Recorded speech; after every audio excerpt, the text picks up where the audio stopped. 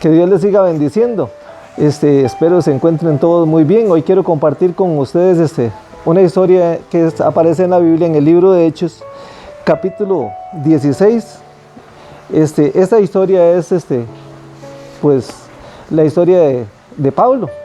Y Pablo, voy a contarles parte de Pablo. Pablo fue un instrumento que Dios usó grandemente para evangelizar, para llevar la palabra a muchas personas. Miles de personas se convirtieron al evangelio por las palabras que Pablo les decía, por las palabras que Dios puso en el corazón de Pablo para que él transmitiera la luz del evangelio a las demás naciones, ¿verdad? Pero antes de todo, Pablo era perseguidor de la iglesia, era un hombre que era contra el evangelio y anduvo persiguiendo cristianos. Cuando Pablo aceptó a Cristo, conoció la verdad, se hizo un instrumento útil y maravilloso en las manos de Dios. Y hoy quiero hablarles un pedacito sobre Pablo. Pablo no la pasó bien, la verdad, siempre fue perseguido por hablar el evangelio. Y esto está aquí en el libro de Hechos, capítulo 16. Acá lo encontramos siendo perseguido porque este hombre Pablo echó fuera un demonio que estaba atormentando a una muchacha. Él lo echó fuera, y dice que los amos de esa muchacha perdieron ganancias porque ellos la usaban como un instrumento pues para obtener ganancias con ella. Entonces se enojaron con Pablo y pues lo llevaron a por así decirlo, a juicio, y entonces lo echaron a la cárcel. Y dice que cuando lo echaron a la cárcel, a Pablo no solamente lo echaron a la cárcel, sino que lo metieron, por así decirlo, como ahora a máxima seguridad, y le pusieron en sus tiempos una cuestión que se llamaba cepo, que es como ahorita unas cadenas que lo amarran, ¿verdad? Lo agarraron, y no solamente estuvo en la cárcel, sino también estuvo encerrado y amarrado, por así decirlo. Entonces, y con vigilancia, ¿verdad? Él estuvo siendo vigilado. Pero les voy a contar lo maravilloso de Pablo. Estando en la cárcel por algo injusto, por algo que no se merecía, dice la palabra de Dios en el versículo 25, porque muchas veces nosotros nos quejamos. Yo quiero leer eso, es porque muchas veces nosotros nos quejamos y decimos: ¿por qué a mí? ¿Por qué yo? ¿Por qué esto? ¿Por qué el otro? ¿Por qué esto me tiene que suceder a mí si esto es injusto? Si esto no es así, esto es mentira, me están levantando un falso. Entonces nos hacemos las víctimas muchas veces. Pero el evangelio es sufrido. La verdad es que en el evangelio, cuando usted hace las cosas para Dios, el evangelio es maravilloso, pero también se sufre porque el mundo empieza a perseguirte. Y eso fue lo que sucedió con Pablo, y eso es lo que ha sucedido con muchos de nosotros. Cuando hablamos la verdad, a la gente no le gusta. Y entonces empiezan a perseguirnos, a vernos diferentes. Y tal vez hasta hablar mal de nosotros y hasta decir cosas falsas de nosotros por hablar de Cristo.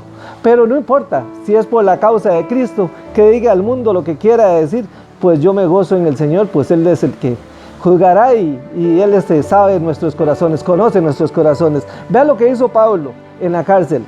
Cuando estaba en la cárcel por algo injusto, dice el versículo 25, dice: pero a medianoche, orando Pablo y Silas, cantaban himnos a Dios, y los presos los oían.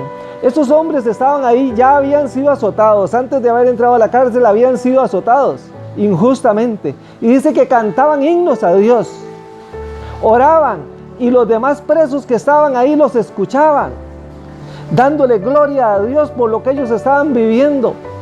¿Por qué? Porque Pablo sabía que si ellos estaban ahí, estaban con un propósito. Ellos no se estaban quejando de lo que estaban viviendo, sino que estaban adorando a Dios, porque sabían que si habían llegado hasta la cárcel injustamente, Dios los iba a sacar de ahí victoriosamente, porque el Dios que tenemos es un Dios grande, un Dios maravilloso, un Dios glorioso, que quiere lo mejor para nosotros, como siempre lo he dicho. Y Pablo y Silas conocían a ese Dios, por eso le adoraban y le exaltaban en medio de la tribulación, en medio de la persecución. Y dice el versículo 26: entonces sobrevino de repente un gran terremoto, de tal manera que los cimientos de la cárcel se sacudían, y al instante se abrieron todas las puertas y las cadenas de todos fueron soltadas, rotas, reventadas. Se soltaron las cadenas de todos.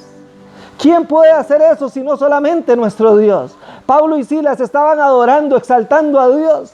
Y sus cadenas fueron reventadas y las puertas donde ellos estaban fueron abiertas, porque ese es el Dios que ellos tenían, porque ese era el Dios que ellos le adoraban y le exaltaban, y hoy es el mismo Dios que usted y yo tenemos. Y dice la palabra de Dios así en el versículo 27: despertando el carcelero y viendo abiertas las puertas de la cárcel, sacó la espada y se iba a matar, pensando que los presos habían huido. Este hombre ya no le quedaba otra solución. Lo único que a él le esperaba era la muerte, fuera la muerte por él o era porque alguien lo iba a matar después, porque le iban a decir: ¿qué pasó? Descuidaste a los presos y ellos se escaparon, entonces usted va a ser colgado o lo vamos a matar de esta forma. Pero él sabía que lo que le esperaba era la muerte. Entonces sacó su espada y se iba a matar. Y entonces dice la palabra de Dios: mas Pablo clamó a gran voz diciéndole a quien, al carcelero, a este hombre que los tenía encerrados: no te hagan ningún mal, pues todos estamos aquí. Pablo le salva la vida a este hombre cuando sabe que él se va a matar. Le dice: no te hagan ningún mal, aquí estamos, no te preocupes, nadie ha huido. Y dice la palabra de Dios: entonces, pidiendo luz, el carcelero, ¿verdad?, se precipitó adentro y temblando se postró a los pies de Pablo y de Silas. Se postró a los pies de ellos. Y dice la palabra de Dios: y sacándolos, los sacó de la cárcel, les dijo: señores, ¿qué debo hacer para ser salvo? Una pregunta que mucha gente hoy en día se la hace. Una pregunta que posiblemente hoy usted, amado oyente, se la ha hecho una y varias veces. ¿Qué debo hacer para ser salvo? Para ser salvo. ¿Qué debo hacer para ser salva? Tal vez te la has hecho hoy en tu casa, o tal vez te la has hecho un día anterior, como el de ayer o cualquier otro día. Hoy estoy aquí para decirte: para ser salvo no hay que hacer nada, lo único que hay que hacer es hacer lo que Pablo le dijo así a este carcelero, lo que Pablo y Silas le dijeron a este carcelero. Le dijeron así. Ellos le dijeron: cree en el Señor Jesús y serás salvo tú y tu casa. Y hoy yo te la digo a ti: si te la has venido haciendo, usted no tiene que hacer ningún sacrificio, pues el único sacrificio por nuestros pecados ya fue hecho y lo hizo Jesucristo en la cruz del Calvario. Usted no tiene que hacer ninguna penitencia, usted no tiene que llevar ninguna carga, pues todas nuestras cargas, todas nuestras dolencias, Jesús ya las llevó. Ya todo fue pago por nuestro pecado. Lo único que usted y yo tenemos que hacer es nada más creer en Cristo como el Señor y Salvador de nuestra vida, y vamos a ser salvos. Y aquí hay una promesa: y serás salvo tú y tu casa. Si usted persevera en Cristo, si usted da ejemplo de que usted es un hijo, de que usted es una hija de Dios, y da testimonio de que Cristo vive en ti, usted va a hacer que los tuyos lleguen a los pies de Cristo también. Va a hacer que muchos de esos que estaban perdidos en el mundo lleguen a los pies de Cristo por el testimonio que usted dé. Entonces, acabemos esa promesa. Así que apropiémonos de ella, creámosle a Dios y dejemos de hacer esas buenas obras para ser salvos. Hagamos esas buenas obras porque estamos agradecidos con Dios y porque estamos hechos para hacer buenas obras. Porque usted y yo, cuando nacemos en Cristo, sabemos que estamos hechos para hacer el bien, para ayudar al prójimo, para amar al prójimo, para levantar al caído, pero no para ser salvos, porque lo único que hay que hacer para ser salvos es creer en Cristo como Señor y Salvador. Así que hoy, en este día, yo voy a hacer una oración, y es aceptando a Jesús como el Señor y Salvador. Así como ese carcelero y su familia aceptaron a Jesús y fueron salvos todos en Él, junto con el carcelero, la familia, hoy usted y su casa pueden ser salvos si usted comparte este mensaje con su familia y les dice: acepten a Cristo, reconozcan que Cristo es el que te limpia de pecado. Así que hoy voy a hacer esa oración para que Dios entre a su corazón y le limpie de toda contaminación. Ábrele tu corazón a Jesús, ábrele las puertas de tu casa a Jesús, para que sea Él el que entre a cambiarte, el que entre a transformarte, el que renueve tu familia, el que los lleve de gloria en gloria y de victoria en victoria de aquí en adelante. Vamos a orar. Amado Dios y Padre Santo, reconozco, Dios, que tú eres el creador del cielo y de la tierra, y que todo lo que hay, Dios, existe porque tú lo hiciste, Dios.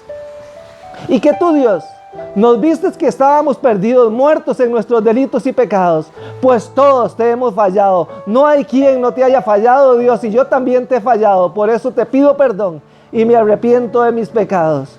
Pero hoy reconozco que esa sangre de tu Hijo Jesús derramada en la cruz del Calvario es la que me limpia de todo pecado y la única que me puede llevar a ti. Hoy lo acepto como mi Señor y Salvador y te doy gracias, Dios, por amarme. Te pido fuerzas, Dios, para seguir adelante en este camino que he decidido empezar, que es seguir a Cristo y negarme a mí mismo. En el nombre maravilloso de Cristo Jesús. Gracias, Dios. Comparte este mensaje con tus familiares, con tus seres queridos, con compañeros de trabajo. Súbelo al grupo de WhatsApp.